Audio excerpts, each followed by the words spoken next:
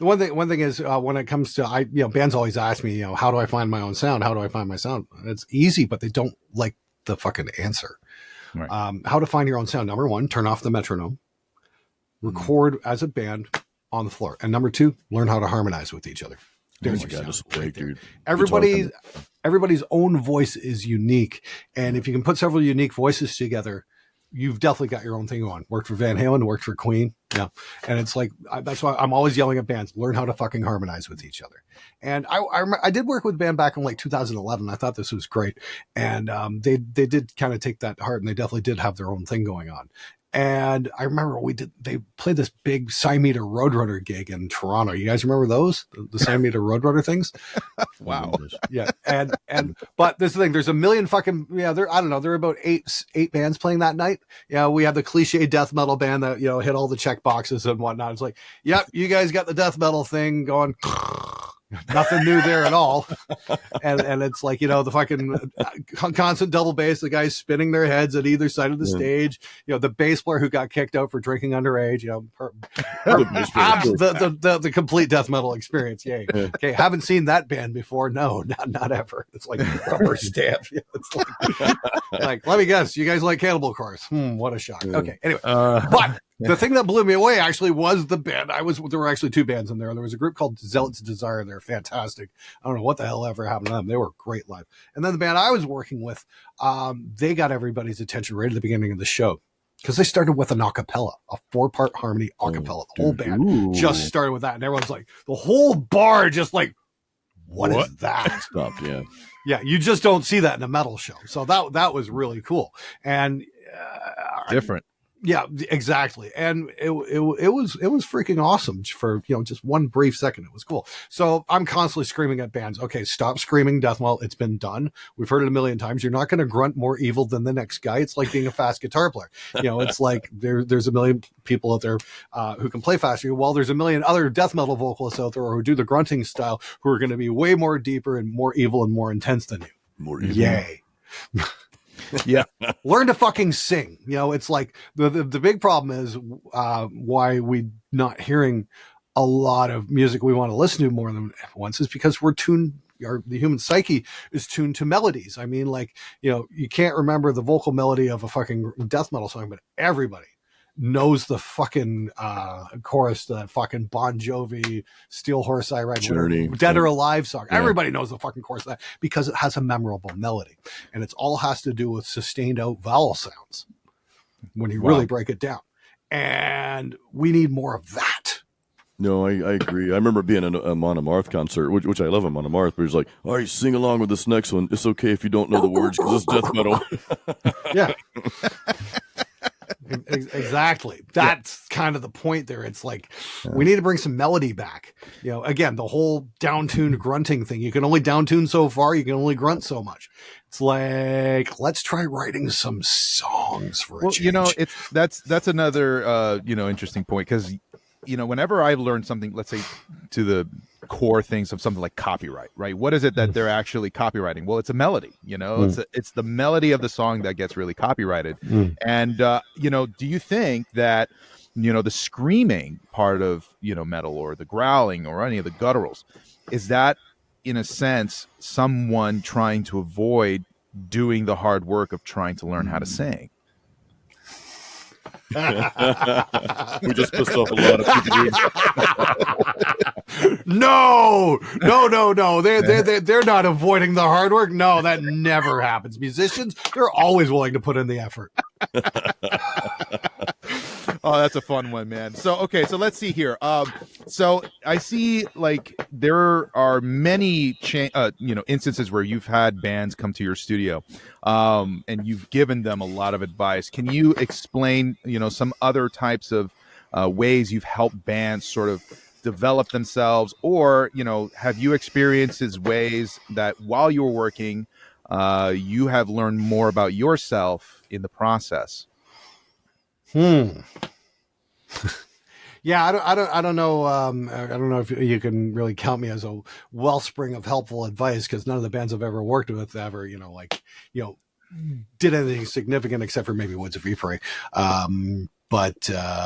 Yeah, I mean, You know, I mean, like I've seen a couple bands that have some great potential, and then the drummer gets a girlfriend and the band's over. Yeah, it's just like there was one band in particular I worked with like back in 2006. I'm like, these guys are fucking great. They're electric live. They're great in the studio. We did an entire album in 4 days in the studio. They just crushed it. Everything was just firing on all cylinders. And then the drummer got a girlfriend, and that was the end of that. And it's just like, so. I don't know. As for helping grow as a person, I mean, like, I always said, musicians sound the best when you push them to the breaking point. And, I got pushed to the breaking point on the second Woods album, and I wanted to fucking quit. I'm going to do a piece on that because we're coming up on the 20th anniversary of that actually like next month. And I do got to do a piece on that. A little bit of a retrospective and tell that story because that's an interesting story to tell. I was able to dig deep and get the record finished, but man, I didn't want to. I fucking hated life at that point. That was a really rough record to do, but it was kind of like, one of Tom Allen's quotes always stuck with me as you're only as good as your last record. So if I had quit that, I was worried about ruining my career. And I was at a point where I still needed that to get the next band in and the next band and the next band. So, pushing to the limits, man. yeah, exactly. But I mean, like some of the best advice I ever got was actually from Warren Hewitt, though, much later in my life. And I wish I'd learned this a lot sooner, was be easy to work with. Yeah. Huge. Warren's a good dude, man. Yeah. And that was probably the best career advice I've ever gotten, really. Yeah.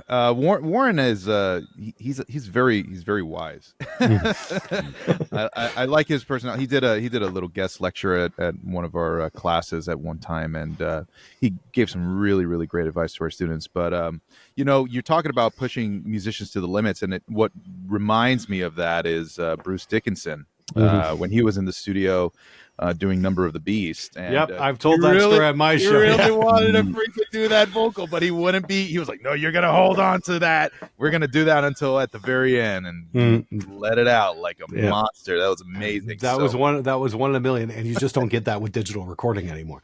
It's more like, oh, pretty good. Let's fix it. Move on. Move on to the next thing. The other thing is, though, nobody has the budget to do that anymore either. Nobody can spend a day in the studio working on one vocal line because there's not any money in selling records because nobody wants to buy this shit anymore. And because everything's so overmastered and hyper compressed and super sanitized, it's not worth paying for. Yeah.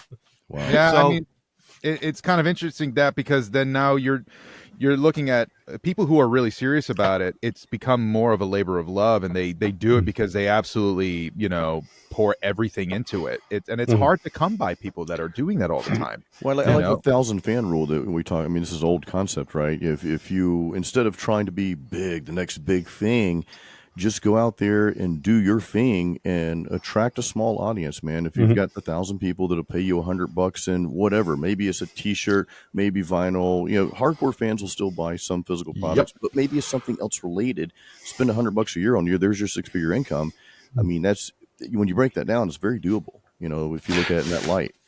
I got a friend of mine who will remain anonymous. He's from one of those bands that doesn't do pictures or press or photos or anything. I'm not even going to name the band because they're pretty much anonymous because the internet killed the rock star. So he's kind of doing it behind the scenes, and he put a record out and he did very, very well for himself by working with that hardcore audience. So he showed me his sales. I'm like, wow, you actually got people to buy this. Good for you, dude. That's fucking amazing because there's a bit of mystery there.